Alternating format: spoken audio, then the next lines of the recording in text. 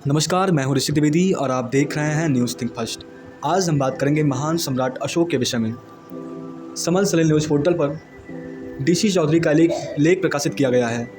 इस लेख में डीसी चौधरी लिखते हैं, भारत में जन्मोत्सव से वंचित है सम्राट अशोक महान। जिस देश में सेना का सबसे बड़ा युद्ध सम्मान सम्राट अशोक के नाम पर अशोक चक्र दिया जाता है, जिस सम्राट से पहले या बाद में कोई भी ऐसा राजा न था जिसने अखंड भारत पर एक ही छत्र के नीचे राज किया हो। अखंड भारत मतलब आज का नेपाल, बांग्लादेश, पूरा भारत, पाकिस्तान और अफगानिस्तान।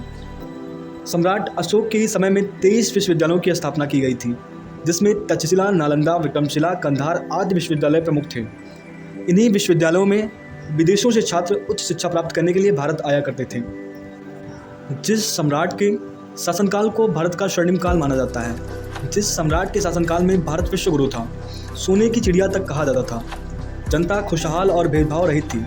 जिस सम्राट के शासनकाल में सबसे प्रख्यात मार्ग ग्रांड ट्रंक रोड, जो जीटी रोड के नाम से भी प्रसिद्ध है, जैसे कई हाईवे बने, 2000 किलोमीटर लंबी पूरी सड़क पर दोनों ओर छायादार और फलदार पेड़ लगाए गए, पथियों के लिए सराय बनाई गई, मानो तो मानो पशुओं के लिए भी प्रथम बार चिकित्सा घर खोले गए, पशुओं का वध करना पूरी तरह बंद कर दिया गया। ऐसे महान सम्राट अशोक की जयंती उनके अपने ही देश में क्यों नहीं मनाई जाती है? न कोई छुट्टी घोषित की गई। ये भी एक विडंबना है कि जिन नागरिकों को ये जयंती मनानी चाहिए वे अपने इतिहास को भुला बैठे हैं, और जो जानते भी हैं वो ना जाने क्यों मनाना ही नहीं चाहते।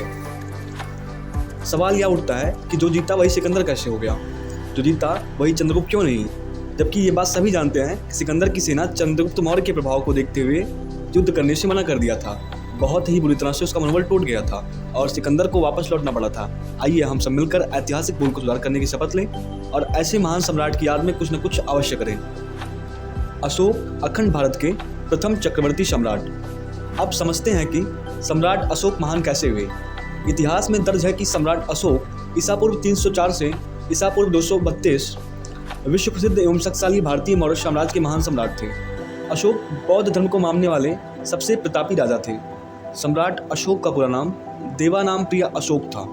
उनका शासनकाल ईसा पूर्व 269 से 232 प्राचीन भारत में था। मौर्य राजवंश के चक्रवर्ती सम्राट अशोक का मौर्य साम्राज्य उत्तर में हिंदुकुश तक्षशिला की श्रेणियों से लेकर दक्षिण में गोदावरी नदी, सुवर्णगिरी पहाड़ी के दक्षिण तथा मैसूर तक तथा पूर्व में बांग्लादेश, पाटलिपुत्र से पश्चिम में अफगानिस्तान, ईरान, बलूचिस्तान तक पहुंच गया था। सम्राट अशोक का साम्राज्य आज का संपूर्ण भारत, पाकिस्तान, अफगानिस्तान, नेपाल, भूटान, म्यांमार के अधिकांश भूभाग पर था। यह विशाल साम्राज्य उस समय तक से आज तक का सबसे बड़ा भारतीय साम्राज्य रहा। चक्रवर्ती सम्राट अशोक विश्व के सभी महान एवं शक्तिशाली सम्राटों एवं राजाओं की पंक्तियों में हमेशा शीर्ष स्थान पर ही रहे हैं।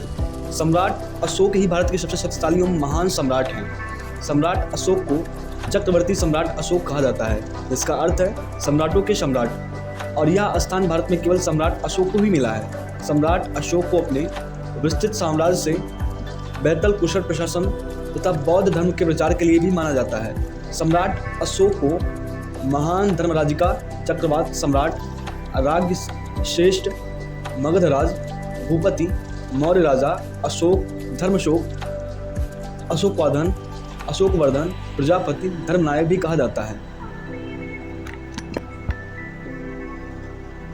चंद्र कैलेंडर के अनुसार वैशाख माह की शुक्ला अष्टमी ही संभवतः सम्राट अशोक का जन्मदिन है।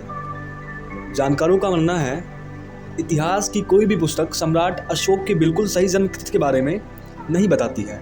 बहुत सारी किताबों में जिक्र है कि इनका जन्म 304 ईसा पूर्व से और मृत्यु 232 ईसा पूर्व हुआ।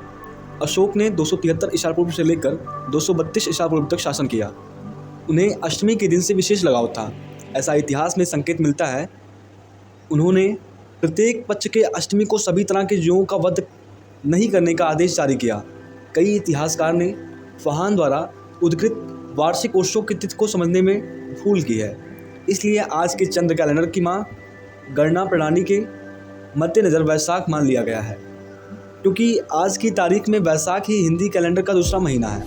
मगर फहान आज से 1600 साल पहले गुप्त काल में भारत आया था, इसलिए उन्होंने अपनी यात्रा वृत्तांत में जिस यात्रा विवरण का जिक्र किया है वह चैत्र शुक्ल अष्टमी को मनाया जाने वाला अशोका अष्टमी है। इस तरह कहा जा सकता है कि शुक्ला अष्टमी को मनाया जाने वाला वार्षिक उत्सव अशोका अष्टमी मूलतः अशोक सम्राट का जन्मदिन है, जिसमें पुराणकारों ने सावधानी पूर्वक सम्राट अशोक को हटाकर अशोक वृक्ष को जोड़ दिया। ऐसा माना जाता है कि सम्राट अशोक ने संपूर्ण एशिया में तथा आज के सभी महाद्वीपों में बौद्ध पंथ का प्रचार किया। सम्राट अशोक के संदर्भ के स्तंभ एवं शिलालेख आज भी भारत के कई स्थान पर दिखाई देते हैं। इसलिए सम्राट अशोक की ऐतिहासिक जानकारी अन्य किसी भी सम्राट या राजा से बहुत व्यापक रूप में मिल जाती है। सम्राट अशोक प्रेम, सहिष्णुता, सत्य, अहिंसा एवं शाकाहारी जीवन प्रणाली के सच्चे समर्थक थे। इसलिए उनका नाम इतिहास में महान परोपकारी सम्राट के रूप में भी दर्ज हो चुका है। कलिंग युद्ध के 2 वर्ष पहले ही सम्राट अशोक भगवान बुद्ध से प्रभावित होकर बौद्ध अनुयायी हो गए थे और उन्हीं की स्मृति में उन्हें कई स्तंभ खड़े कर दिए, जो आज भी नेपाल में उनके जन्म स्थली लुम्बिनी में माया देवी मंदिर के पास, सारनाथ बौद्ध मंदिर बोधगया, कुशीनगर एवं आदि श्रीलंका, थाईलैंड, चीन आदि देशों में आज भी अशोक स्तंभ के रूप में देखा जा सकता है। सम्राट अशोक ने बौद्ध का प्रचार भारत के अलावा श्रीलंका, अफगानिस्तान, पश्चिम एशिया, मिस्र तथा यूनान के देशों में भी कराया। सम्राट अशोक ने अपने पूरे जीवन काल में एक भी युद्ध नहीं हारे। सम्राट अशोक के समय में 23 विश्वविद्यालयों की स्थापना की गई, जिसमें तक्षशिला, नालंदा, विक्रमशिला, कंधार आदि विश्वविद्यालय प्रमुख थे। इन्हीं विश्वविद्यालयों में विदेश से कई छात्र शिक्षा प्राप्त करने के लिए आया करते थे। ये विद्यालय उस समय के उत्कृष्ट विश्वविद्यालय थे। शिलालेख प्रारंभ करने वाला पहला शासन बाद में आरंभ हुआ था। अशोक ने सर्वप्रथम बौद्ध पंथ का सिद्धांत लागू किया, जो आज भी कार्यरत है।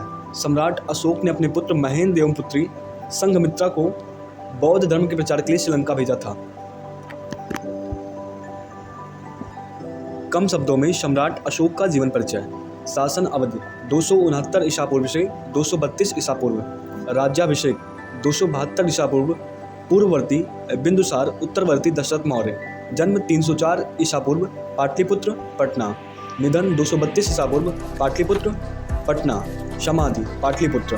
जीवन संगनी देवका, रुकिवाकी, पद्मावती, तिष्यरचिता। संतान महेंद्र, संघमित्रा, तिवल, कुणाल, चारुमती। घराना मौर्य राजवंश। पिता बिंदुसार, माता सुभद्रांगी, रानी धर्म। अशोक का आरंभिक जीवन। चक्रवर्ती सम्राट अशोक पिता बिंदुसार तथा माता रानी धर्मा के पुत्र थे। लंका की परंपरा में बिंदुसार की 16 पट रानियां और 101 पुत्रों का उल्लेख है। पुत्रों में केवल 3 के नामोल्लेख हैं। वे हैं सुसीम, जो सबसे बड़ा था, अशोक और तिष्य। तिष्य अशोक का सहोदर भाई और सबसे छोटा था। कहा जाता है एक दिन धर्मा को स्वप्न आया कि उसका बेटा एक बहुत बड़ा सम्राट बनेगा। उसके बाद उसे राजा बिंदुसार ने अपनी रानी बना लिया, जो कि धर्मा क्षत्रिय कुल से नहीं था, अतः उसको कोई विशेष स्थान राजकुल में प्राप्त नहीं था। अशोक के कई सौतेले भाई बहनें थे। बचपन में उनमें कड़ी प्रतिस्पर्धा रहती थी। अशोक के बारे में कहा जाता है कि वे बचपन से ही सैन्य गतिविधियों में प्रवीण थे। 2000 वर्षों के पश्चात सम्राट अशोक का प्रभाव एशिया, मुख्यतः भारतीय उपमहाद्वीप में देखा जा सकता है। अशोक काल में उकेरा गया प्रतीकात्मक चिन्ह, जिसे हम अशोक चिन्ह के नाम से भी जानते हैं, आज भारत का राष्ट्रीय चिन्ह है। बौद्ध पंथ के इतिहास में गौतम बुद्ध के पश्चात सम्राट अशोक का ही स्थान आता है। साम्राज्य विस्तार। कलिंगन की लड़ाई।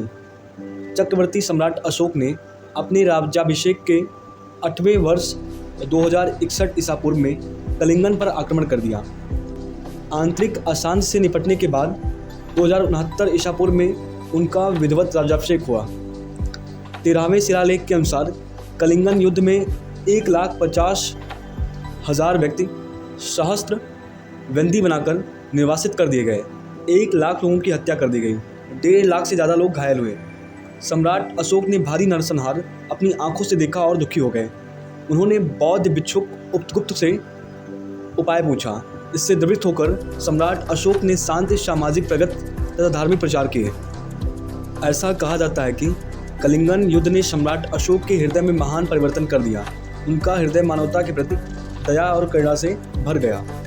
उन्होंने युद्ध क्रियाओं को सदा के लिए बंद करने की प्रतिज्ञा कर ली। यहाँ से आध्यात्मिक और धर्म विजय का युग आरंभ हुआ। उन्होंने महान बौद्ध धर्म को अपना धर्म स्वीकार किया।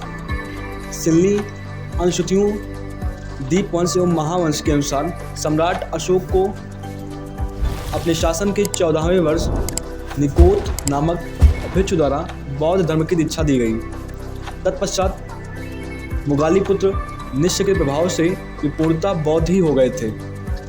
दिव्यदान के अनुसार सम्राट अशोक को बौद्ध धर्म में शिक्षित करने का श्रेय उपगुप्त नामक बौद्ध भिक्षु को जाता है। सम्राट अशोक ने अपने शासनकाल के 10वें वर्ष में सर्वप्रथम बोधगया की यात्रा की थी। तदुपरांत अपने राज्याभिषेक के 20वें वर्ष लुम्बिनी की यात्रा की थी तथा लुम्बिनी नामक ग्राम को करमुक्त घोषित कर दिया था। बौद्ध धर्म। कलिंगन युद्ध में हुई क्षति तथा नरसंहार ने उनका मन युद्ध से ऊब गया और वह अपने कृत्य को लेकर व्यथित हो उठे। इसी शोक से उबरने के लिए वह बुद्ध के उपदेशों के करीब आते गए और अंत में उन्होंने बौद्ध धर्म स्वीकार कर लिया। बौद्ध धर्म स्वीकार करने के बाद उन्होंने उसे अपने जीवन में उतारने का प्रयास किया। उन्होंने शिकार तथा पशु हत्या करना छोड़ दिया। उन्होंने सभी संप्रदायों के सन्यासियों को खुलकर दान देना भी प्रारंभ कर दिया और जन कल्याण के लिए उन्होंने चिकित्सालय, पाठशालाएं और सड़कों का निर्माण करवाना प्रारंभ कर दिया। उन्होंने बौद्ध धर्म के प्रचार के लिए धर्म प्रचारकों को नेपाल, श्रीलंका, अफगानिस्तान, सीरिया, मिस्र, यूनान भी भेजा। इसी कार्य के लिए उन्होंने अपने पुत्र एवं पुत्री को भी यात्राओं पर भेजा। अशोक के धर्म प्रचारकों में सबसे अधिक सफलता उनकी पुत्र महेंद्र को मिली। महेंद्र ने श्रीलंका के राजा तिष्य को बौद्ध धर्म में दीक्षित किया और तिष्य के बौद्ध धर्म को अपनाकर राजधर्म बना लिया और अशोक से प्रेरित होकर उसने स्वयं को देवा नाम प्रिय भी उपाधि दी।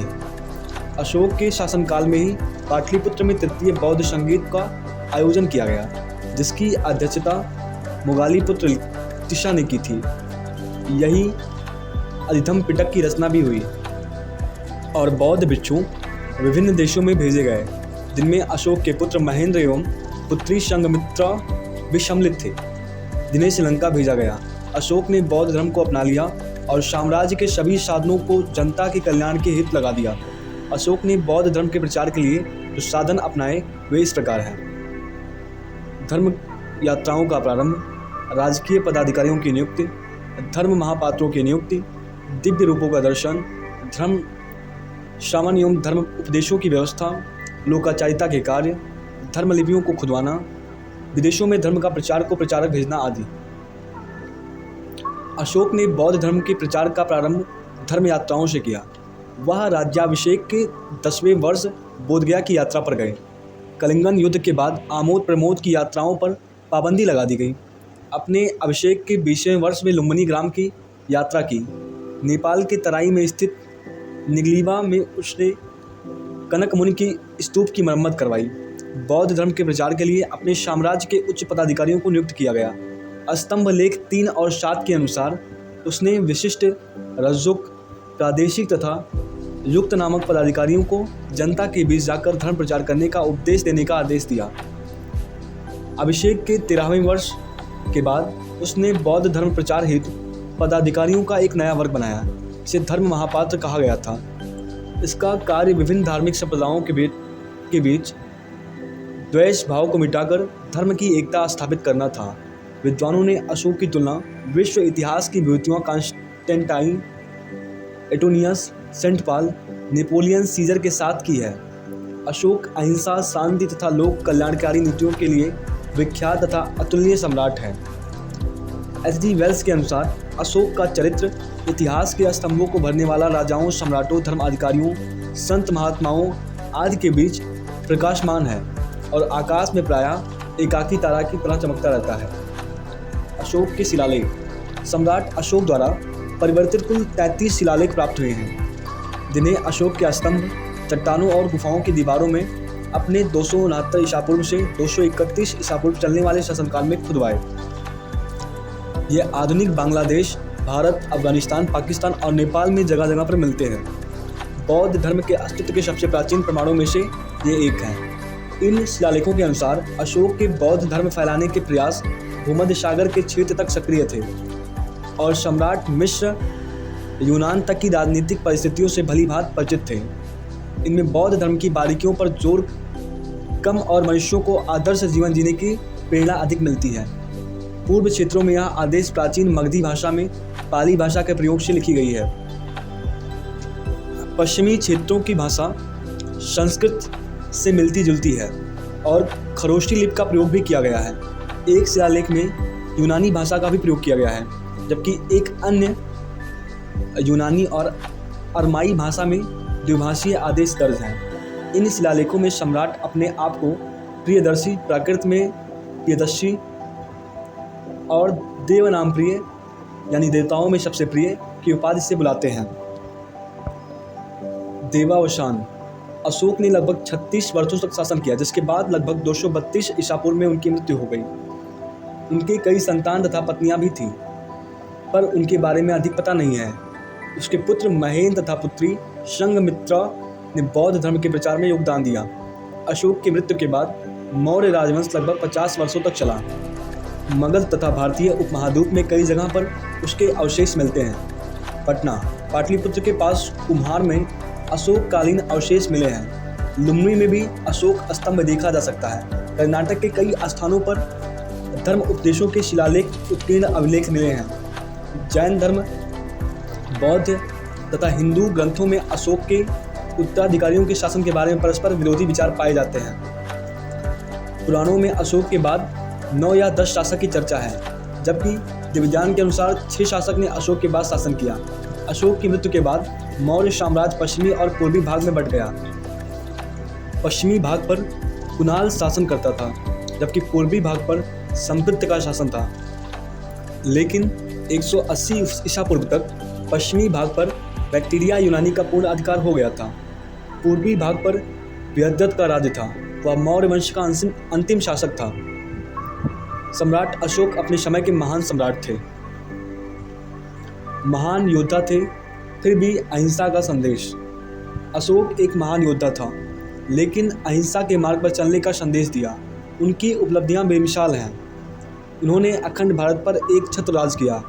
भारत का राष्ट्रीय चिन्ह अशोक स्तंभ और सर्वोच्च वीरता पुरस्कार अशोक चक्र उनकी महानता का परिचायक है। सम्राट अशोक अखंड भारत की महान विभूति थे।